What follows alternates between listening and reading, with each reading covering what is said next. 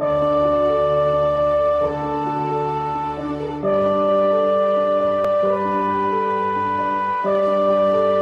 pagbasa. Pagbasa mula sa aklat ni Propeta Isaias. Sa mga nakarang araw, inilagay niya sa kahihiyan ang lupain ng Zabulon at ang lupain ng Neftali. Ngunit sa panahong darating, dadakilain niya ang lupaing ito mula sa dagat Mediteraneo hanggang sa ibayo ng Jordan, ang Galilea ng mga Hentil. Nakatanaw ng isang malaking liwanag ang bayang malaon ng nasa kadiliman.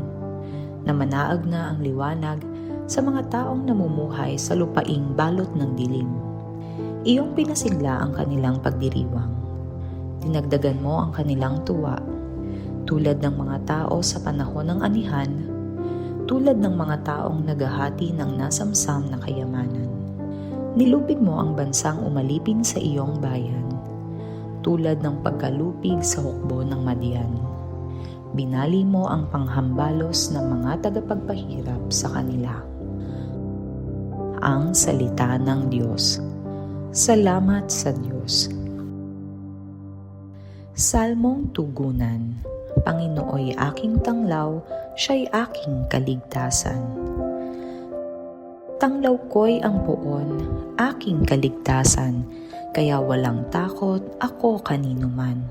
Sa mga panganib kanyang iingatan, kaya naman ako'y walang agam-agam. Panginooy aking tanglaw, siya'y aking kaligtasan.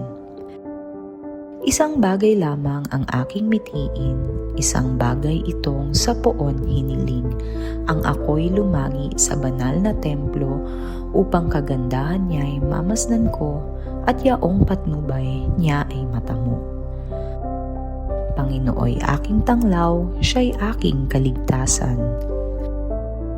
Ako'y nananalig, ako'y mabubuhay, at sasaksihan ko ang iyong kabutihan na igagawad mo sa mga hinirang.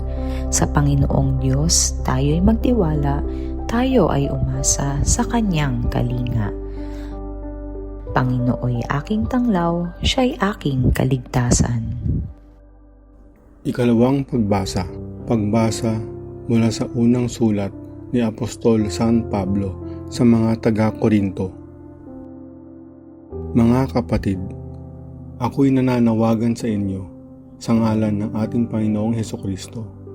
Magkaisa kayo sa pananalita, isipat layunin upang mawala sa inyo ang pagkakabaha-bahagi, sapagkat ibinalita sa akin ng mga tauhan ni Chloe na kayo raw ay may mga alitan. Ito ang tinutukoy ko, sabi ng isa. Kay Pablo ako, sabi naman ng isa. Ako'y kay Apolos. May iba namang nagsasabi, kay Pedro ako. At may nagsasabi pang, ako'y kay Kristo. Bakit? Nahahati ba si Kristo? Si Pablo ba ang ipinako sa krus para sa inyo? Bininyagan ba kayo sa ngalan ni Pablo? Sinugo ako ni Kristo, hindi upang magbinyag, kundi upang mangaral ng mabuting balita. Ipinangaral ko nga ito, ngunit hindi sa pamamagitan ng pananalitang batay sa karunungan ng sanlibutan, upang sa gayoy hindi mawalan ng kabuluhan ang kamatayan ni Kristo sa krus. Ang salita ng Diyos. Salamat sa Diyos.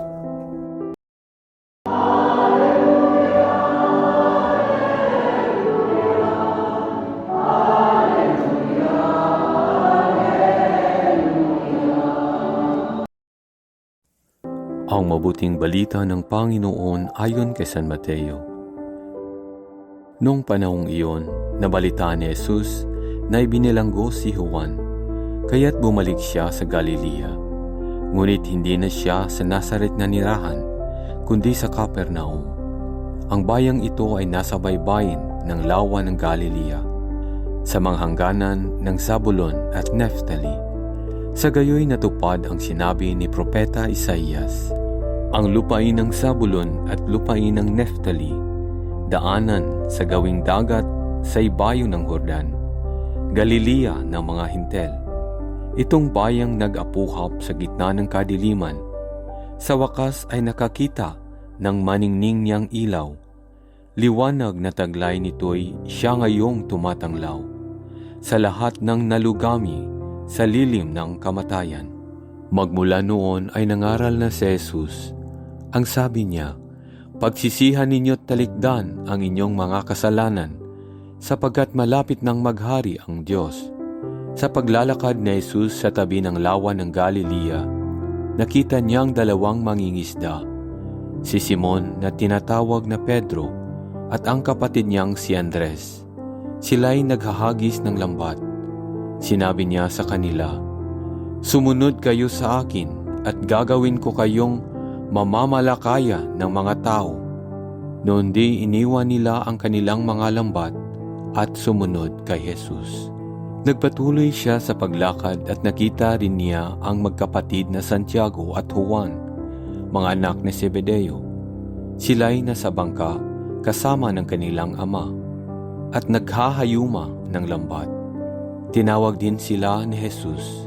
Agad nilang iniwan ang bangka at ang kanilang ama at sumunod kay Jesus.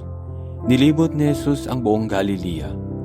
Nagtuturo sa mga sinagoga at ipinangangaral ang mabuting balita tungkol sa paghahari ng Diyos.